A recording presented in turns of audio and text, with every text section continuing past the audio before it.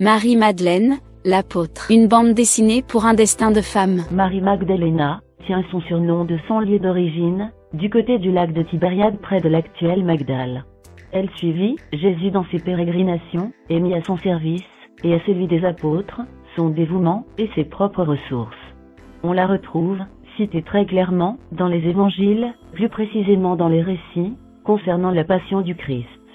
Matthieu et Marc la mentionnent au nombre de ces femmes, venues depuis la Galilée avec Jésus, pour le servir, et qui assistèrent de loin à son supplice sur le Golgotha, tandis que Jean, lui, affirme qu'elle se tenait en fait, près de la croix, avec la mère de Jésus, et la sœur de celle-ci.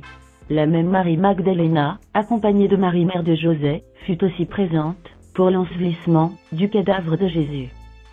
Elle fut la première à voir le Christ ressuscité, et à porter cette merveilleuse apparition aux apôtres.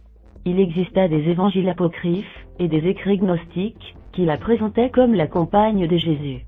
Dans la tradition provençale, elle débarqua à un endroit qui deviendra Sainte Marie de la Mer, en compagnie de Marthe et de Lazare.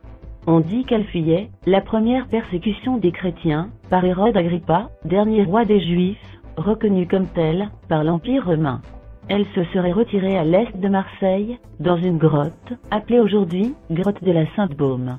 On prétend qu'elle a été ensevelie à Saint-Maximin. Marie-Madeleine, l'apôtre.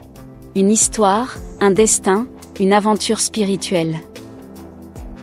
Dessin de Claire Bigard, scénario Serge Maugère.